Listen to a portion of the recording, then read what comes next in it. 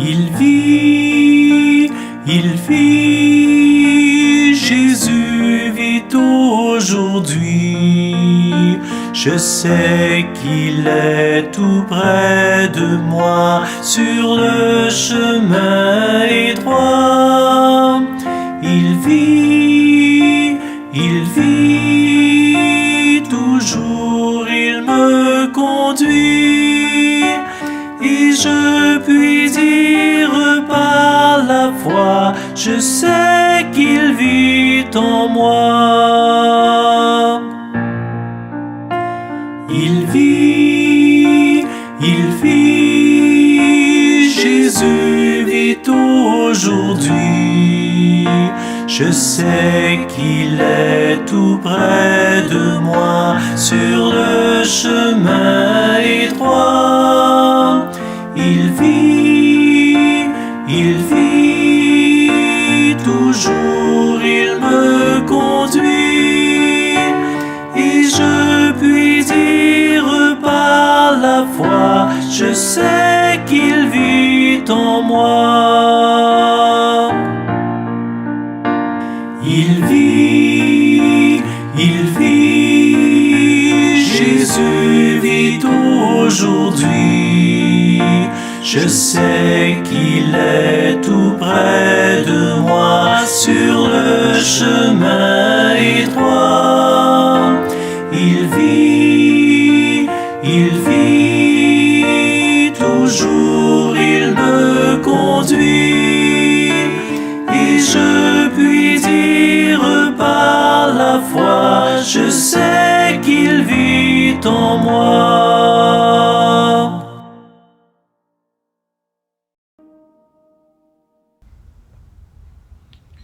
Bonjour tout le monde, que la paix de Dieu soit avec votre esprit. Je reviens avec Luc 24. Luc 24, je vais lire pour vous du verset 33 jusqu'au verset 43. Se levant à l'heure même, ils retournèrent à Jérusalem et ils trouvèrent les 11 et ceux qui étaient avec eux assemblés et disant: le Seigneur est réellement ressuscité et il est apparu à Simon. Et ils racontèrent ce qui leur était arrivé en chemin, c'est-à-dire sur la route de Damas, et comment il l'avait reconnu au moment où il rompit le pas. Tandis qu'il parlait de la sorte, lui-même se présenta au milieu d'eux, lui-même, c'est-à-dire Jésus ressuscité, et leur dit: la paix soit avec vous. Verset 37, saisis de frayeur et d'épouvante, ils avaient peur, c'est normal, ils croyaient voir un esprit. Mais il leur dit: pourquoi êtes-vous troublés? Et pourquoi pareille pensée s'élève-t-elle dans vos cœurs? Pourquoi êtes-vous troublés? Parce qu'ils avaient peur, parce qu'ils étaient épouvantés et parce qu'ils croyaient voir un esprit. Alors le Seigneur leur dit: pourquoi êtes-vous troublés? Et pourquoi pareille pensée s'élève-t-elle dans vos cœurs? Pensez à savoir, il croyait voir un esprit. Verset 39. Voyez mes mains et mes pieds. Il les leur montra. C'est bien moi. Touchez-moi et voyez. Un esprit n'a ni chair ni os. Comme vous voyez que j'ai. Et en disant cela, il leur montra sa main et ses pieds. Comme, dans leur joie, ils ne croyaient point encore, et qu'ils étaient dans l'étonnement, il leur dit: avez-vous ici quelque chose à manger? Ils lui présentèrent du poisson rôti et un rayon de miel. Il en prit et il mangea devant eux. Il en prit et il mangea devant eux. Donc, le Seigneur Jésus ressuscité a mangé. Il a mangé du poisson rôti et du miel avec, j'allais dire du pain, mais non, le texte ne parle pas de pain. Un rayon de miel et du poisson rôti. J'ai jamais mangé du poisson rôti avec du miel, peut-être vous. Je ne sais pas comment ça goûte, mais ça devrait goûter bon. Ça devrait goûter bon quand même, puisque mon Seigneur en a pris et en a mangé devant les disciples réunis, et notamment Simon Pierre. Alors, c'est pas seulement les deux disciples qui étaient sur la route de Maïs, c'est pas seulement à eux seuls qu'il était apparu, mais tandis que ceux-là retournaient à Jérusalem pour annoncer la nouvelle, lui-même, nous dit Luc ici, lui-même, tandis qu'il leur parlait, tandis qu'il racontait ce qui leur était arrivé sur le chemin de Damas, alors lui-même apparut à eux, devant eux, au milieu d'eux, tandis qu'il parlait de la sorte, c'est-à-dire pendant qu'il racontait ce qui leur était arrivé en chemin et comment il l'avait reconnu au moment où il rompit le pain, verset 35, alors lui-même se présenta, verset 36, au milieu d'eux. Il leur dit, la paix soit avec vous, parce que c'est le prince de paix. Eh bien, partout où il passe, où il se présente, avec qui il parle, il avait l'habitude de donner la paix d'abord. Que la paix soit avec vous. Ça me rappelle quand j'étais jeune, eh bien, chaque fois qu'on a visité une famille chrétienne, ma maman et moi, eh bien, à la porte, on frappait, ou bien à la barrière aussi, on frappait et l'on disait la paix. On disait la paix. Et puis, s'il y a du monde à l'intérieur de la maison qui nous entend, eh bien, on répond Israël. Israël, ce qui veut dire, c'est l'Israël de Dieu, l'Israël par la foi. Et là, on se sentait en sécurité parce qu'on sait que on est arrivé dans une maison chrétienne, dans un foyer chrétien, dans une famille chrétienne, parce que entre les chrétiens, eh bien, il faut que la paix règne, puisque les chrétiens marchent sur les brisées du prince de paix. Oh, c'était le bon vieux temps. Le bon vieux temps. On n'avait pas grand-chose. Non, sur le plan matériel, on n'avait pas grand-chose. On ne possédait pas grand-chose. Mais on vivait de la parole de Dieu. On se rappelait cette parole-là, les grandes vérités cachées, masquées dans cette parole-là, que l'Éternel Dieu nous a révélées en esprit. La paix, et les gens répondent de l'intérieur, Israël. Israël, qu'il fût nuit ou bien encore jour. La paix, Israël, répondent les gens.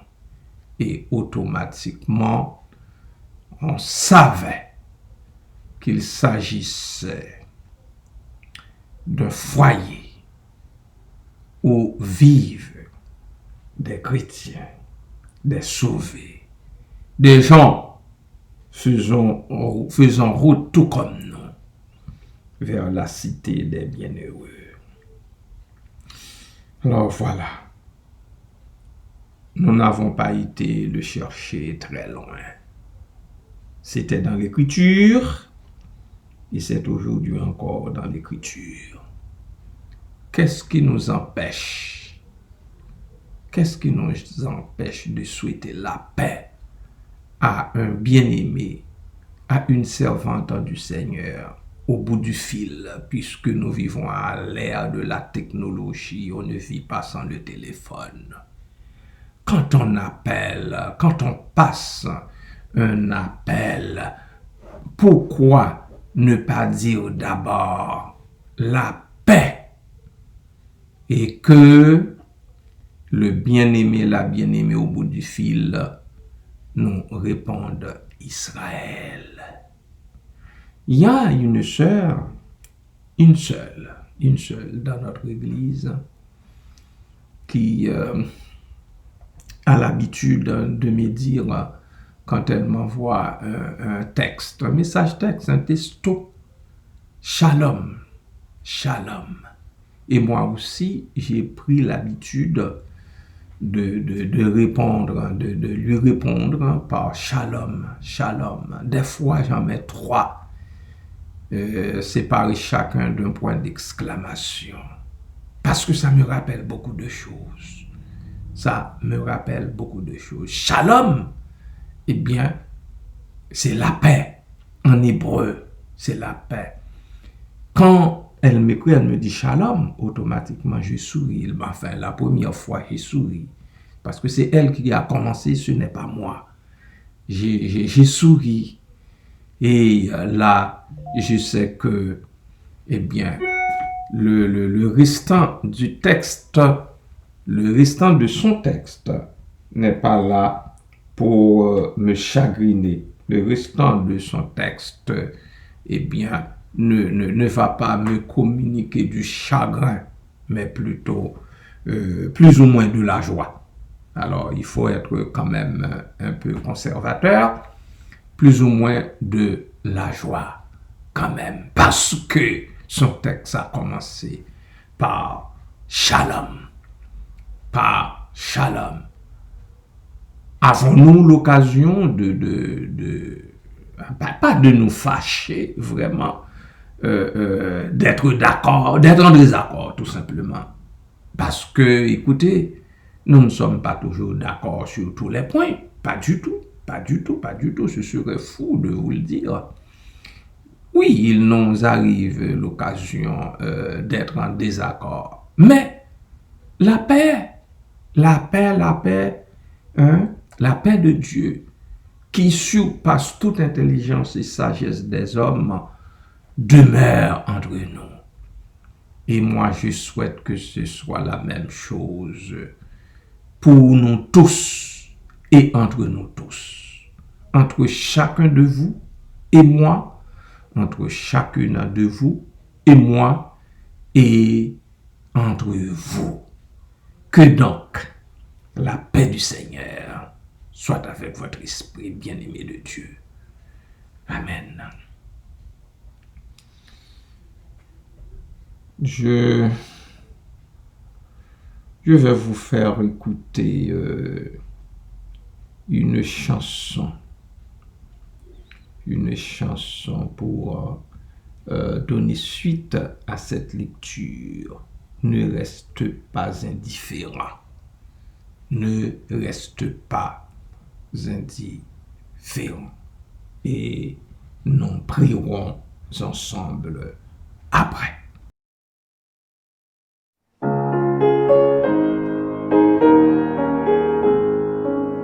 Pourrais-tu lire indifférent ce qui est dit de Jésus-Christ? La Bible est remplie de celui qui humblement lui que la gloire enverra naître, surtout à jamais béni. Il se révèle dans un corps d'homme, il s'est lui-même anéanti. Ton âme est chère à ce Sauveur, aujourd'hui il parle à ton cœur. Nous te supplions instamment, ne reste pas indifférent.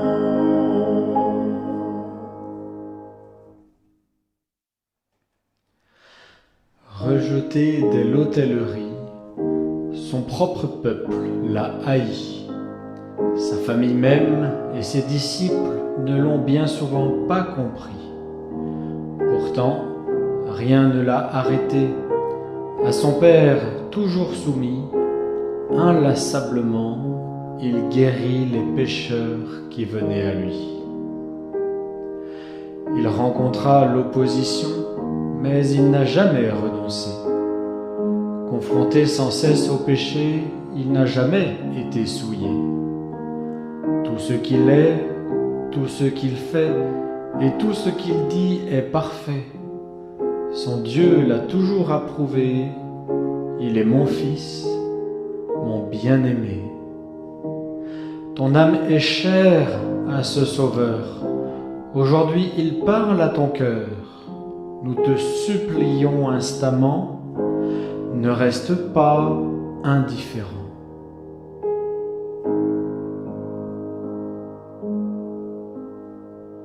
Peux-tu passer indifférent devant la croix de Jésus-Christ pour tout l'amour qu'il a donné?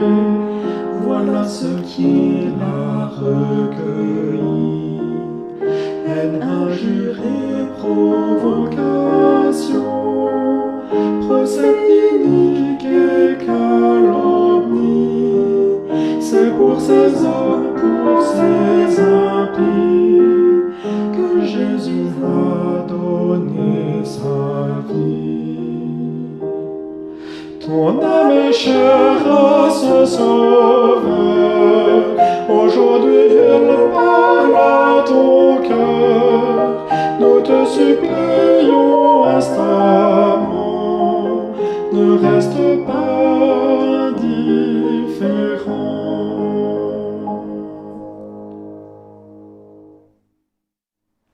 Mais le supplice de la croix que l'homme lui a infligé ne saurait être comparé aux souffrances qu'il a endurées pour pouvoir ôter le péché.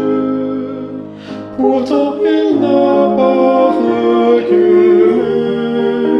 de son Dieu il fut châtié, par lui il fut abandonné. Ton âme est chère à ce Sauveur, aujourd'hui il parle à ton cœur. Nous te supplions instamment, ne reste pas indifférent.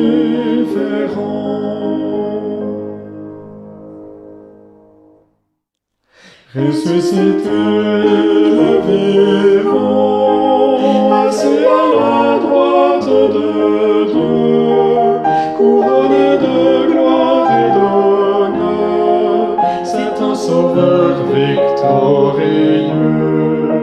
Tous les chrétiens de cette terre fixent leur regard vers les cieux, car ils attendent son retour et ils l'appellent de leur vœu. Ton âme est chère à ce Sauveur, aujourd'hui il parle à ton cœur. Nous supplions tant qu'il est temps, ne reste pas indifférent.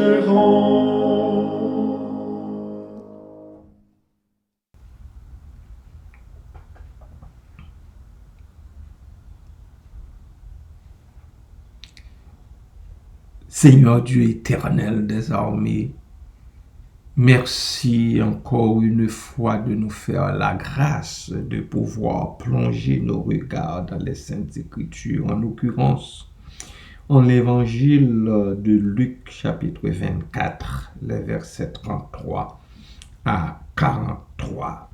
Que de leçons n'avons-nous pas à apprendre dans cette portion de texte? Merci Seigneur, parce que dans ton amour, tu nous donnes ta parole, et non seulement tu nous la donnes, tu nous ouvres les yeux et tu façonnes également notre intelligence pour en saisir un petit peu les grandes vérités qui s'y trouvent consignées. Merci Seigneur, merci Jésus. Aide-nous comme peuple de Dieu à cultiver au moins cette notion de paix. La paix, Seigneur. Aide-nous à vivre en paix les uns avec les autres. Aide-nous, ô Dieu, à nous rappeler toujours cette paix que le Seigneur vivant sur terre savait souhaiter aux disciples chaque fois qu'ils se présentaient au milieu d'eux. Papa, fais-nous cette grâce. C'est la même chose qu'il avait dite aux disciples lorsque le troisième jour, le jour de sa résurrection, qu'il s'était présenté au milieu d'eux, les portes de la maison ayant été fermées. C'est ce que nous trouvons, c'est ce que nous lisons en Jean chapitre 20 à partir du verset 19. La paix, Seigneur, la paix, je te prie, ô Dieu, fais en sorte que malgré tout, malgré les circonstances, quelles que soient les circonstances, que la paix de Christ soit avec nous, que la paix de Christ reste au milieu de nous, que nous cultivions, Seigneur, ce sentiment. Seigneur, fais-nous cette grâce. Nous, les chrétiens, sauvés par le sang de sa croix, nous qui essayons, Seigneur, de cheminer sur les traces de notre Seigneur et Sauveur Jésus-Christ. Merci Papa, merci Père, merci Papa. Merci pour cette nouvelle semaine qui commence. Nous bénissons ton Saint-Nom déjà et nous te remercions humblement pour toutes les bénédictions de toutes les sortes que tu déverses sur nous jour après jour, heure après heure et même à chaque fraction de seconde. Merci Père, merci Seigneur, merci Papa. Béni soit ton nom, loué soit ton nom, ô Dieu. Magnifié soit le nom de notre Seigneur et Sauveur Jésus-Christ. Que ton peuple sache qu'il est vivant et qu'il règne pour toujours. Alléluia. Gloire à toi, Père.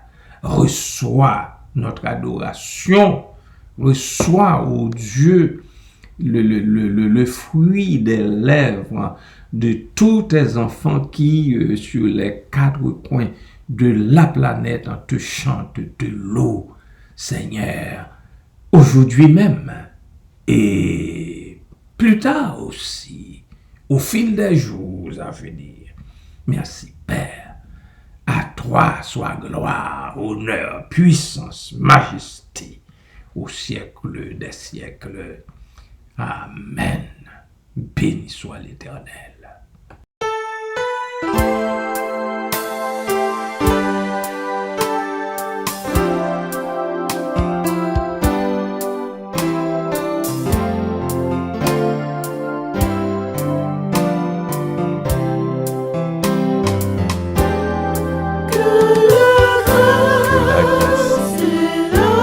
La paix du Seigneur. Seigneur, se déploie.